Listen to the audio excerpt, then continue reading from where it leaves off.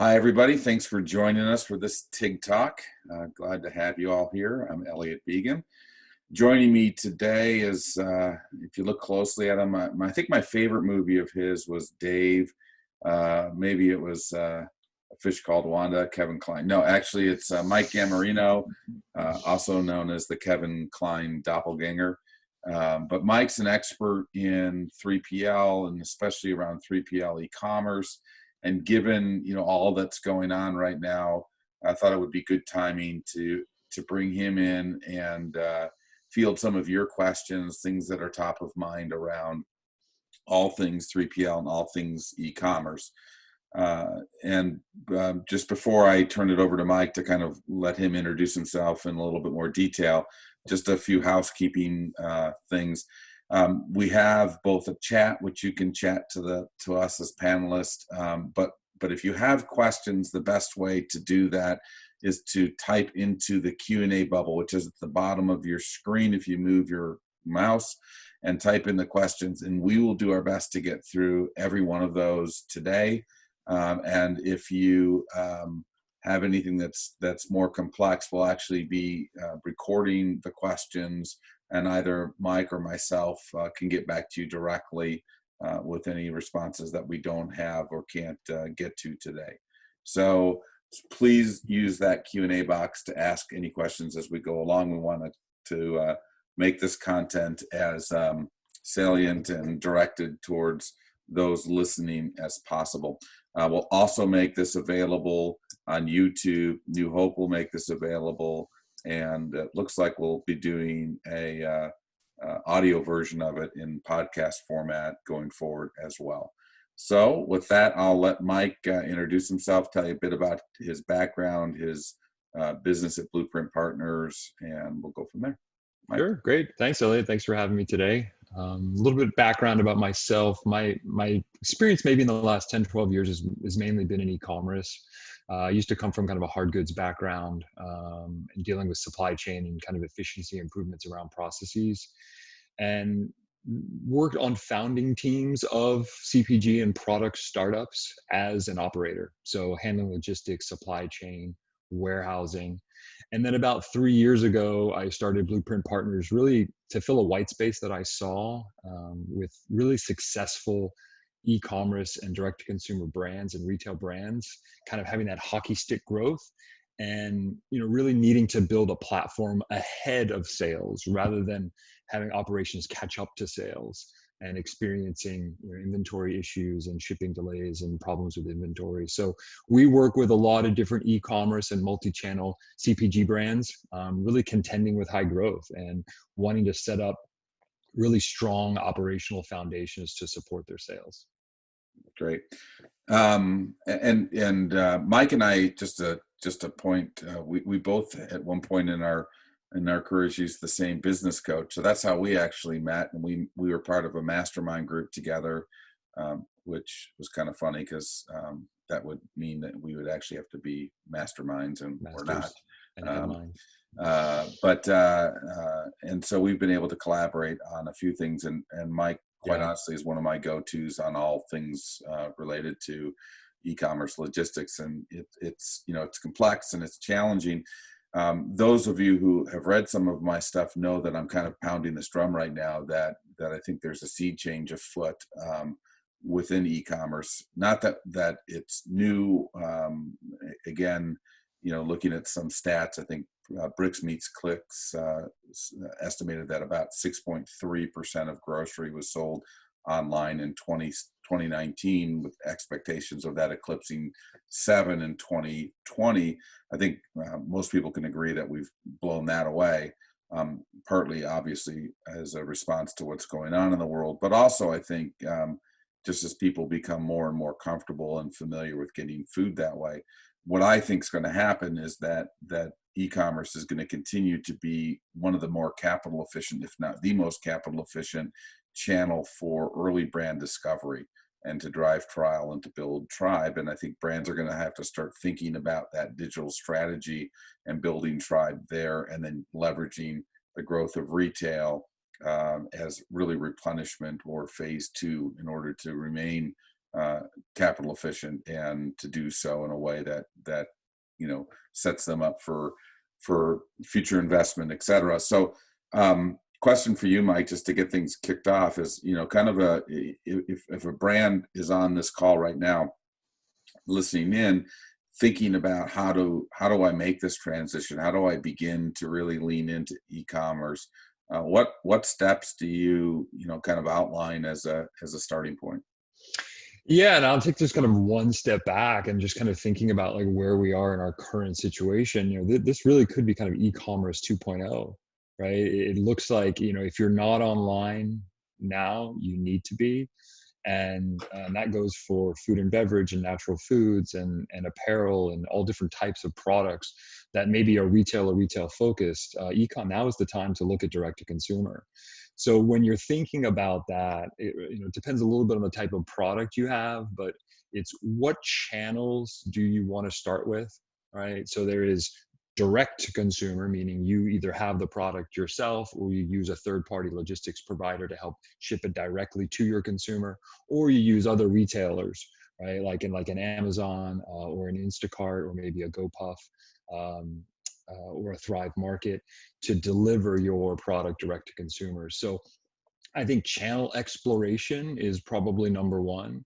And once you kind of define the best, most cost effective method to deliver your product directly to your consumer, then it's looking at the providers within those channels, right? Some may be more suited for Amazon, some may be more suited for using your own third-party logistics or partnering with somebody. So channels would be second, and then exploring just cost.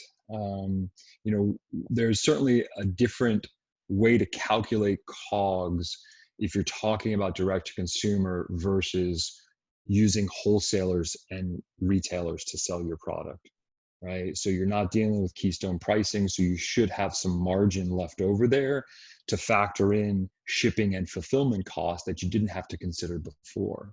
So taking a look at the actual physical methodology of getting your product to your customers, and then what do the costs look like?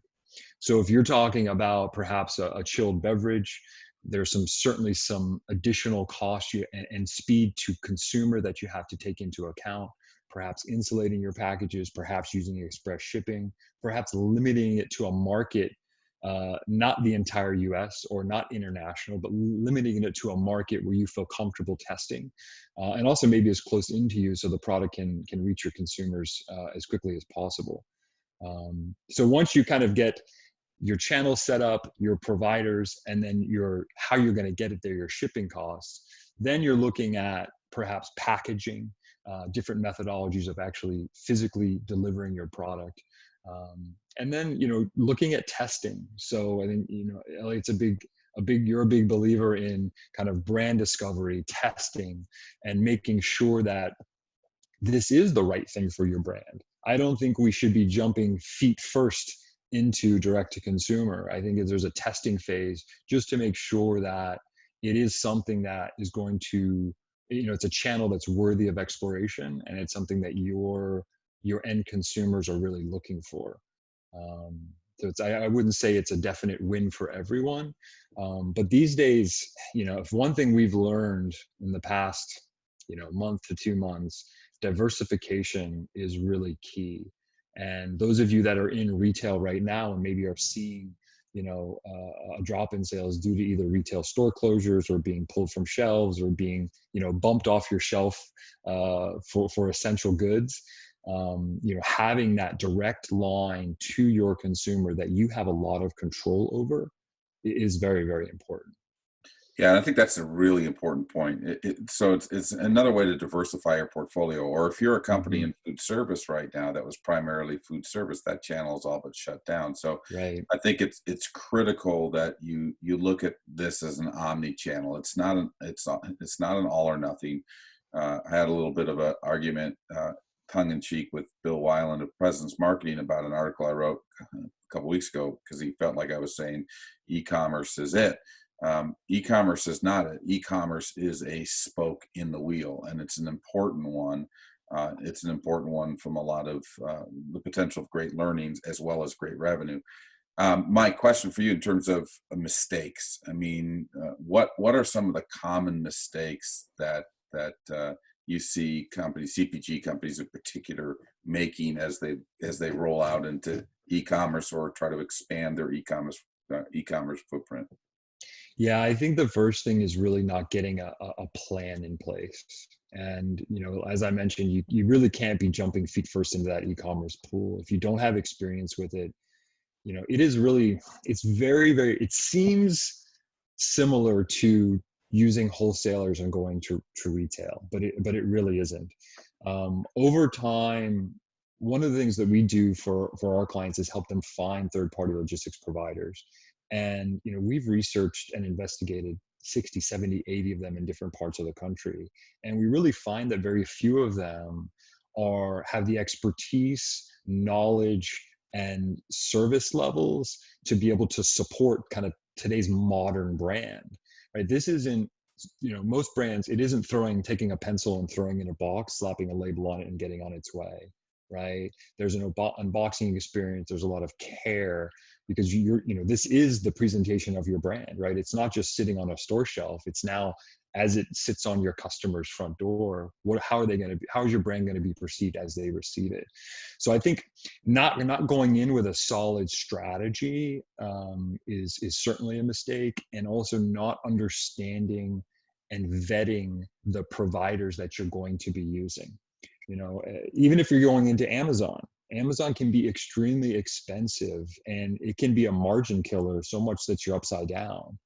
Their storage fees in particular can be 10, even 20 times what it would cost you to store it yourself, or using a 3PL, because especially during Q4, their storage fees increase tremendously. So inventory management is really important as well. So I'd say those things, in general, a plan is really important. Understanding your providers, making sure you're going with trusted providers, right? So tapping your network, making sure that the folks that you're looking at have a tried and true track record of providing the level of service that you're looking at. So, Would be two of the big ones. We got a couple of questions, but before we jump into those, just one to follow up on what you just said. So as you assess, as somebody's assessing a 3PL, especially a 3PL well suited to support their e-commerce initiatives, what are kind of the must-haves? What are the things that you would see as, either red flags saying this is not one to pursue, or signals that, this is one that's worthy of further exploration? Yeah, I think we use a three-pronged approach when we are kind of surveying and analyzing a new 3PL. They've got to, being a good operator is number one, right? Having experience in e-commerce is number two. And then three, but say maybe I'll put 3 and 4 together. Technology is a big one. So warehouses have been around since the dawn of time, right? And a lot of them have taken time, have jumped into e-commerce or providing e-commerce services, but using technology from the 1990s that they're using for retail store fulfillment. And it just doesn't work. It just doesn't match up. So technology is extremely important. As a business owner, I want to be able to look instantly at their portal, see how much inventory I have, see what orders are on hold, what orders they processed yesterday, what orders are on back order. So I have a good understanding of my partner and how they're performing. And the last one is customer service. It goes along with that same ethos of serving your clients as a 3PL in the retail store fulfillment space.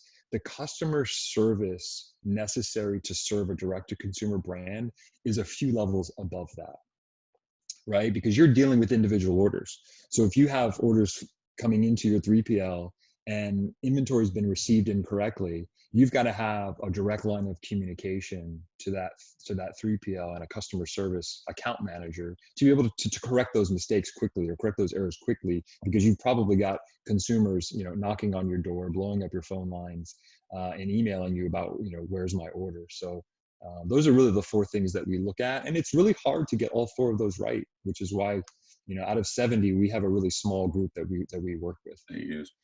Let me jump to one of the questions. So one of the things obviously in natural product space is that not all of our products ambient, right? So Right. we have the additional challenge of refrigerated and frozen. So one of the questions was, do you see pricing on that refrigerated and frozen becoming more reasonable as more brands utilize and optimize e-commerce as a channel? I wouldn't necessarily say that we've seen prices go down.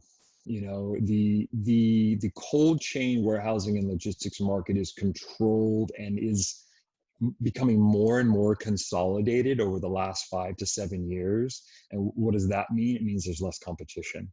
So a lot of private equity groups have shown interest in the smaller and larger cold chain providers, and you're seeing a lot of acquisitions. So we haven't seen that, and I think that's probably one of the reasons.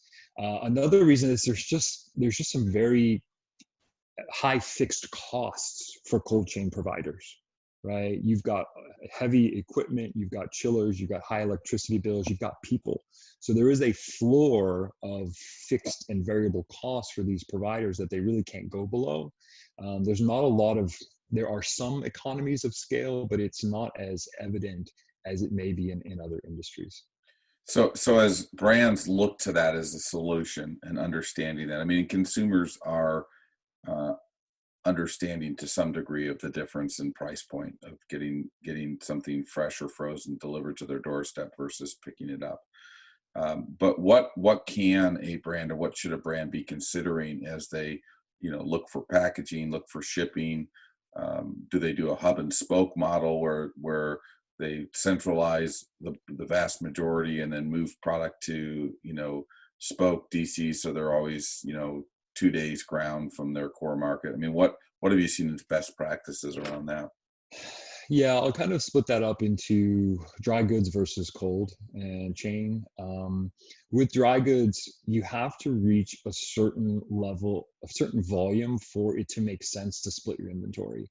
Now, if you're using Amazon, they may do it for you because they have amazing algorithms and they've been to do this. But as an individual, business owner, it's very challenging to split inventory. I always say it's about 10 times harder to have your inventory in 2 locations than it is 1. It doesn't seem that way, but it is. So the lower your SKU count, the more simple it is to do that. But if you have a high SKU count, maybe different sizes and varieties, it makes it really challenging to do that cost effectively. So you have to reach a pretty high threshold of order volume before that makes sense.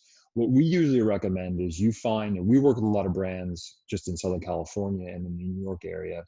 So we usually recommend finding someplace close to you in the beginning, because it's just nice to be close by your warehouse as problems develop, you can go set foot inside the facility.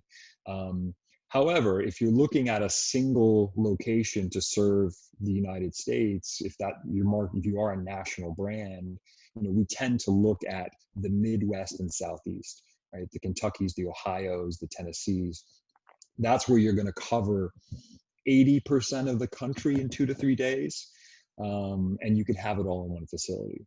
So that's dry goods. When we're talking about cold chain, you're going to need to move to a inventory split sooner than a dry goods, because just the cost of cold transportation and trucking from one location across the country is much more expensive than dry. So in addition, you probably have co-packers here in the US that you're using, and they're going to also be more effective and efficient when they're closest to their customers. So we usually talk about bifurcating co-packers and cold chain 3PLs at an earlier stage, because of the cost associated with keeping things in the cold chain. So two follow-ups to that. One is just would it make sense as a brand looks to do that? And I'm going to give you an opinion here in a second that people can take or leave. Most will leave. But as a brand looks to do that and does decide and desires to be able to serve their consumer nationally, is it better to look for a 3PL that has multiple sites so that you can keep it all in one family and have one back end to work through and so forth, and have them take ownership or participate in the splitting or the moving of that inventory, or does that not really matter and you just look for the best providers in the given markets that you're trying to penetrate? Yeah, I would go with the former. We rarely place our clients in 3PLs that have a single location because we're always looking at that expansion. And when I say it's 10 times harder to manage inventory in two locations, that maybe is with one system controlling both of those, right? I'd say it's 15 times harder if you've got inventory in different locations and it's being managed by different providers. So you can think about Amazon as an example, right? So if you're using Amazon and you're using a 3PL and you're using, say, your own warehouse, you've got to have a central repository or an inventory management system or even an ERPs, which can be quite expensive and difficult to maintain or require administrative overhead to be able to look at one location electronically to see where your inventory is. So we almost always look for providers that have more than one facility in two areas where we think, based on growth forecasts and their shipping profile, would be the best place for them to eventually land. And so here's my little editorial opinion, and that is, as a brand, if you're in the cold chain in particular, frozen even more so in specific, um, and you're just starting out or you're just ratcheting up, to try to stick within, a 2-day ground blue, footprint of your core market or the core market you're wanting to build is in my opinion the right place to start until you can perfect that. You could do a lot of good. There's a lot of population density in certain places of the country where you can accomplish that with better economies and really learn. The whole advantage of having an omni-channel approach is to leverage the fact that your product becomes available where people live, work, shop, play, etc. So Mm-hmm. if you're serving, and trying to reach e-commerce in areas where for the near term or even in the long term, you will unlikely have a brick and mortar footprint either in retail or alternative channels. It may not be your best bang for your buck to spend that money to try to build a e-commerce logistics network that provides for service to those networks, because you can double down on your marketing and geofence all of your efforts and just be more effective. So that's my editorial. My next follow-up question though, Mike, was really around what can brands do to better design their pack. I mean, what can they do to take an active role in trying to strip out as much cost, especially as it relates to cold chain products, as possible? Mm-hmm. In terms of a packaging Well, in particular. packaging, shipping, etc.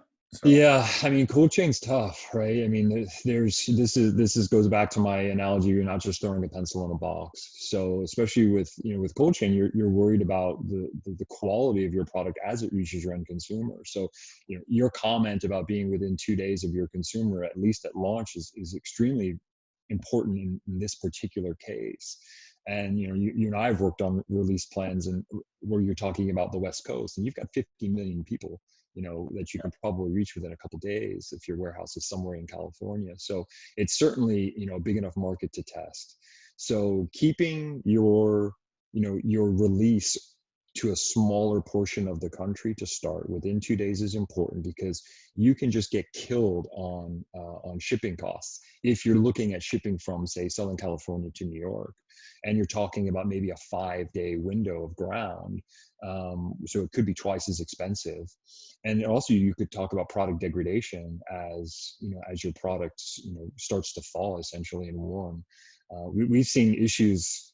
We've seen clients where we reenact summer shipping rules because it can get 110 degrees and 120 degrees in some of these trucks as it goes across the country, especially the southern part. So the last thing you want is your product to arrive at your end consumer and they can't use it, right? They can't eat it, they can't drink it. So that is definitely one of the risks of direct to consumer when you're talking about cold chain. So making sure you keep your shipping costs down is certainly important.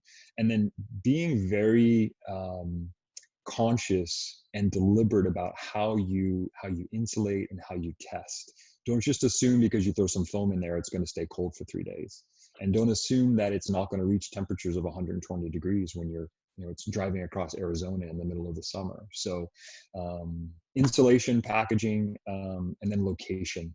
You're keeping your target market small at first until you're really ready to expand, I think, are really important. Switching gears, thanks. Switching gears a little bit. Well, before I do that, because there was one question that just popped up in terms of specifically around cold chain 3PLs, and that is, given all the assessments that you've done, how many cold chain 3PLs have made your short list for recommending to clients? I'd say we're under 5. Really? Okay. Yeah. Interesting. And let me put one caveat, but I'll put one point on that. The number of cold, I'll compare like the vodka versus tequila, right? Vodka, there's a narrow range. The worst tequila and the best, so the worst vodka and the best vodka, there's not a lot of range. That's what we see in cold chain. The worst cold chain supplier is not that much worse than the best. And the reason for that is, if you're a bad cold chain operator, you will not be in business, right? You're talking about consumer foods and products that have to arrive in tip-top shape, right? In perfect condition for consumption. Otherwise, you're going to run into a big problem with contamination. With dry goods 3PLs, I'll consider that more like the tequilas, right? The worst tequila and the best tequila, there's a huge range. So while I'm only saying there's 5, that's the 5 best. However, we would push that out a little bit in specific situations if there were certain aspects of your particular product that fit one over the other. Okay. So now switching gears, so talk a little bit about Amazon fulfillment and the difference between FBA and FBM. So one of the things that I think a lot of brands have learned during this time is that, while using FBA, fulfilled by Amazon, adds some obvious upside. It's simple. It doesn't take a lot of your bandwidth, and obviously Prime is a big thing. You wind up to some degree at their mercy, and moments like this, when they can't get orders checked into their fulfillment centers, or they're behind, or they're making mistakes, it is a challenge, and you're beholden to their ability to get your product to the customer. So one of the questions was, what are the risks of changing from FBA to FBM and offering seller fulfilled Prime? Just because of that concern about some of the mistakes and some of the fact that you're very limited and at the mercy of Amazon through FBA. Yeah, I mean, this goes back to that diversification, right? I mean, we know some brands that are 100% Amazon, and if they're non-essential, they've got purchase orders sitting on Amazon's dock, and they're not even receiving them. So some of those folks are scrambling to find 3PLs that can do it for them, or even just really doing it in-house if they're a smaller brand. Office space is open these days, right? So they'll just be doing it in the back of their office for a while. So again, diversification is certainly important. Bringing it in-house or bringing it to a 3PL, we would treat that just as if you were starting from scratch, because when you're giving it to Amazon and having them do all the work, it's really very, very hands-off.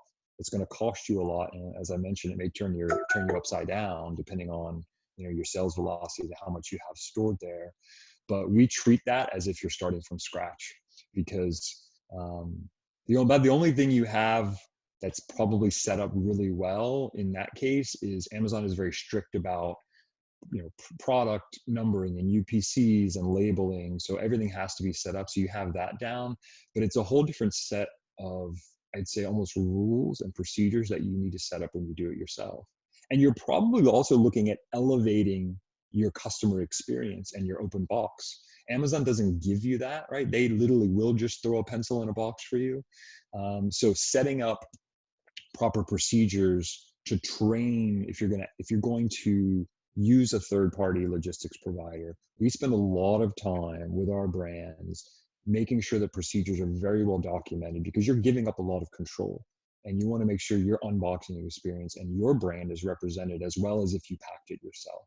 So those are a couple of things that we really look for when we're moving from like FBA and bringing it. And do you look for providers that are, first of all, already doing fulfilled, FBM, and have that relationship with Amazon and understand it, and also, capable of doing seller fulfilled prime, which is usually, next day delivery and so forth. Yeah, 100%. Because there's specific requirements. Amazon is very, very strict with their order processing requirements. So yeah, we wouldn't put somebody in a facility that didn't already have experience with that. There's just the high level of operations excellence that Amazon demands, and also there's a decent amount of technology integration that you can't fumble around with, right? It has to be working and it has to be solid. So yeah, we always look for experience there. So kind of a paraphrasing another question here is how does a brand assess whether they're better off or better served by, doing Amazon FBA or trying to, go through a 3PL and do FBM and control their own destiny, especially if they're also doing their own D2C too?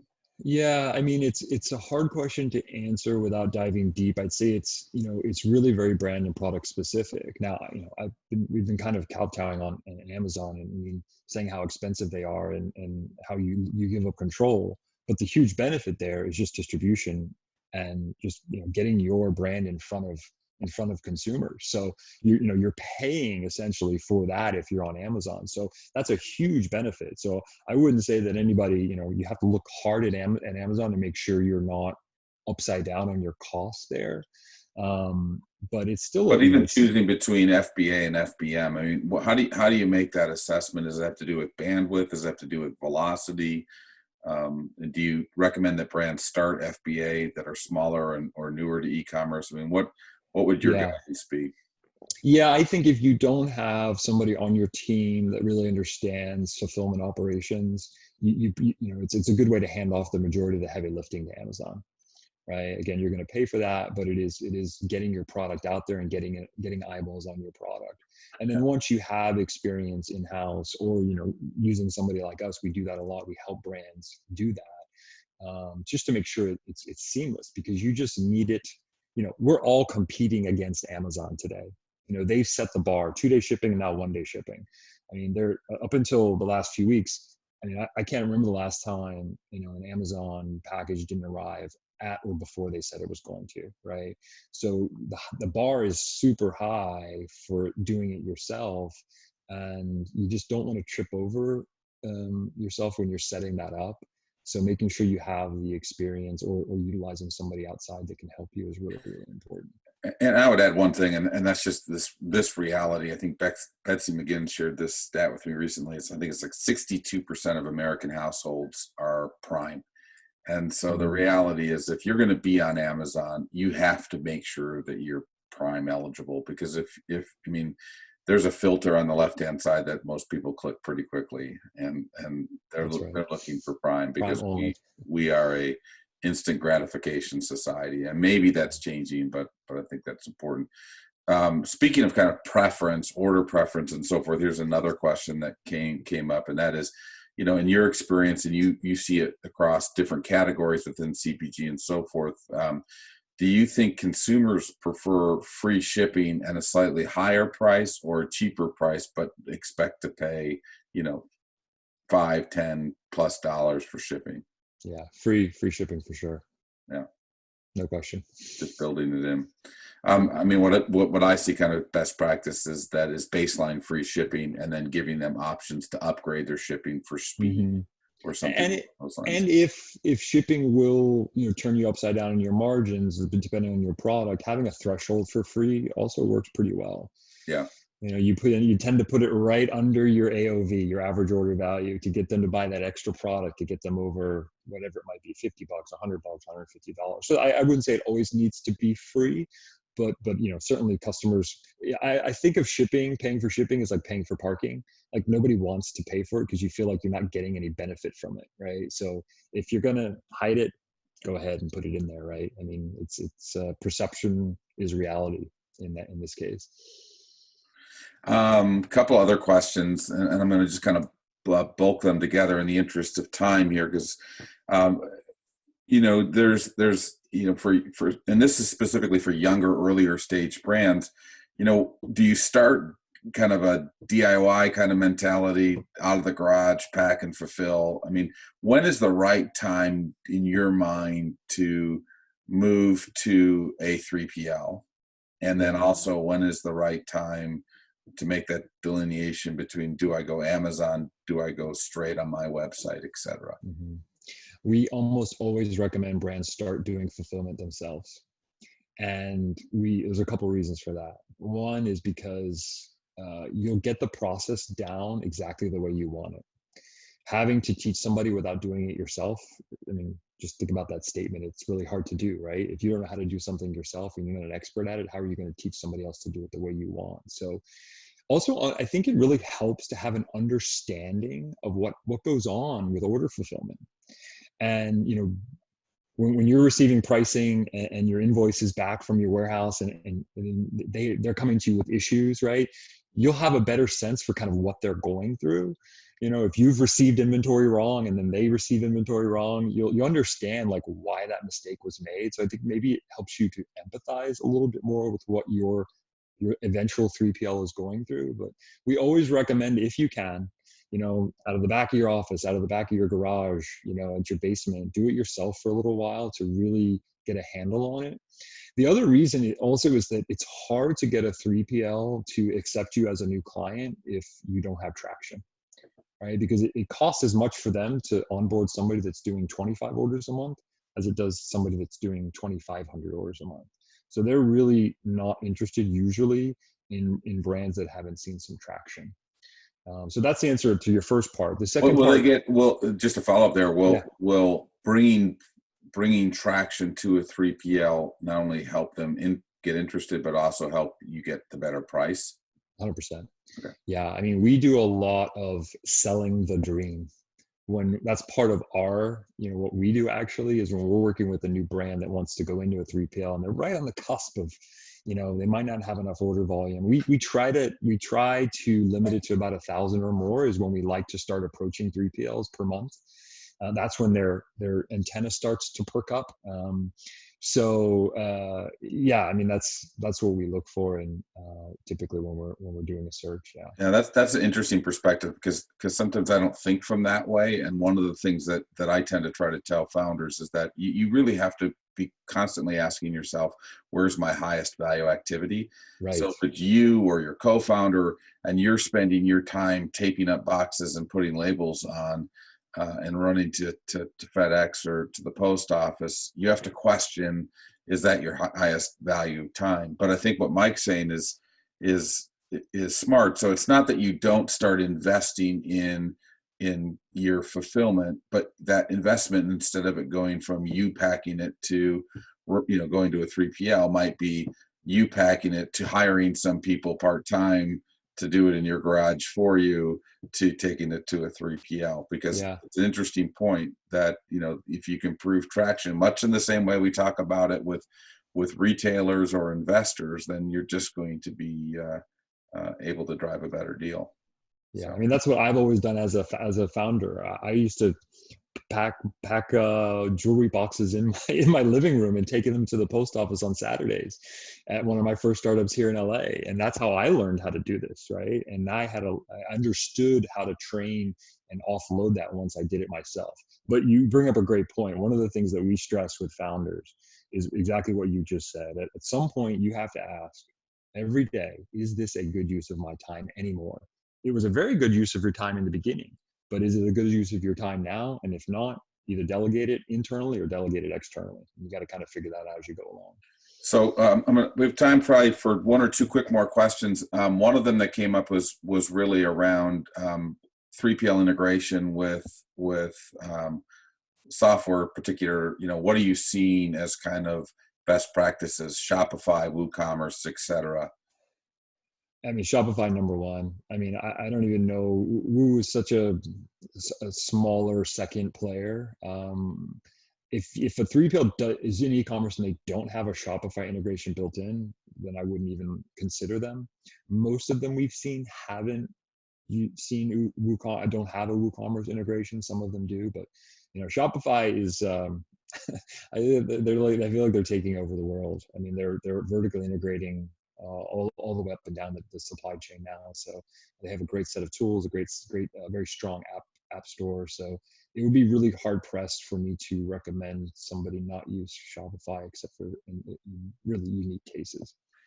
All right, last question, and I'm sorry for the few folks we won't be able a chance to get to, but I'll get these questions to Mike, and we'll circulate back. But one of the questions was just about negotiating the actual shipping.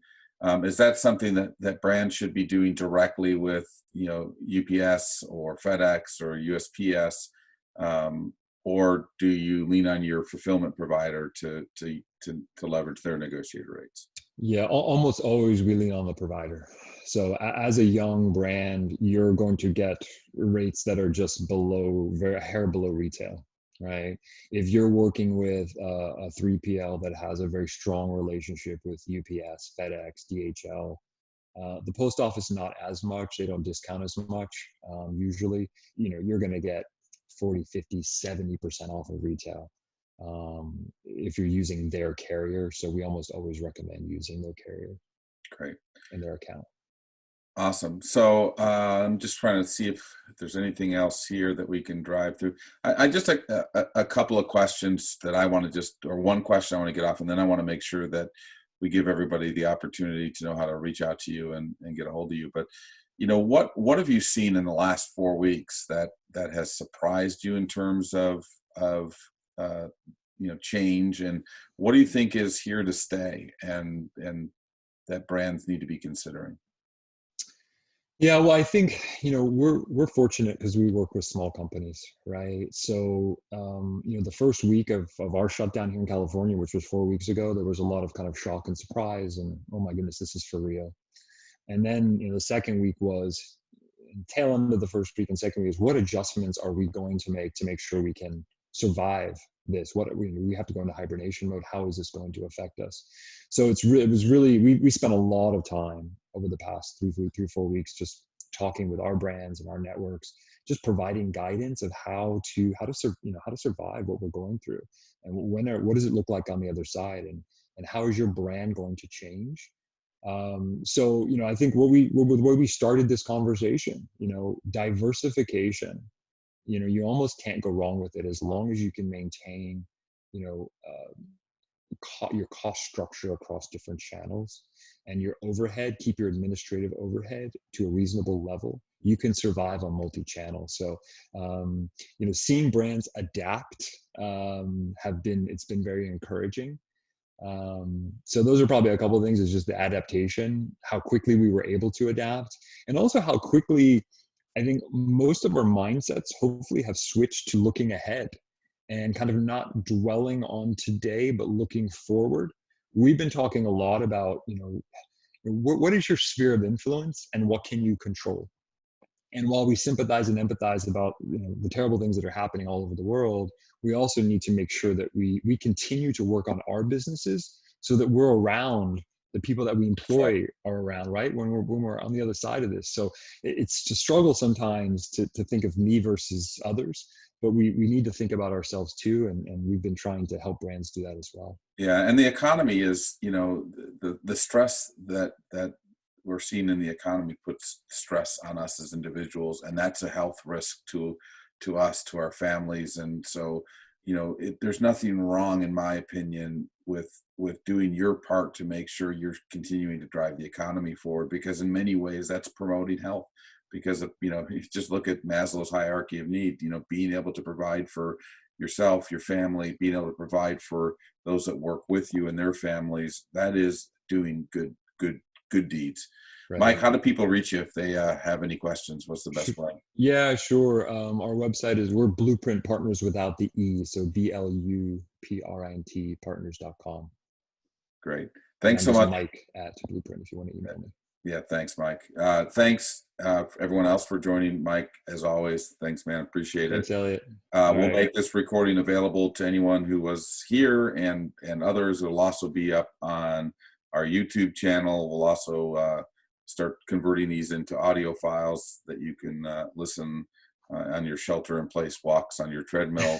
And that's it. Thanks, everyone. Have a great day. Thanks, Elliot. Mike. All right. Bye, guys. Bye.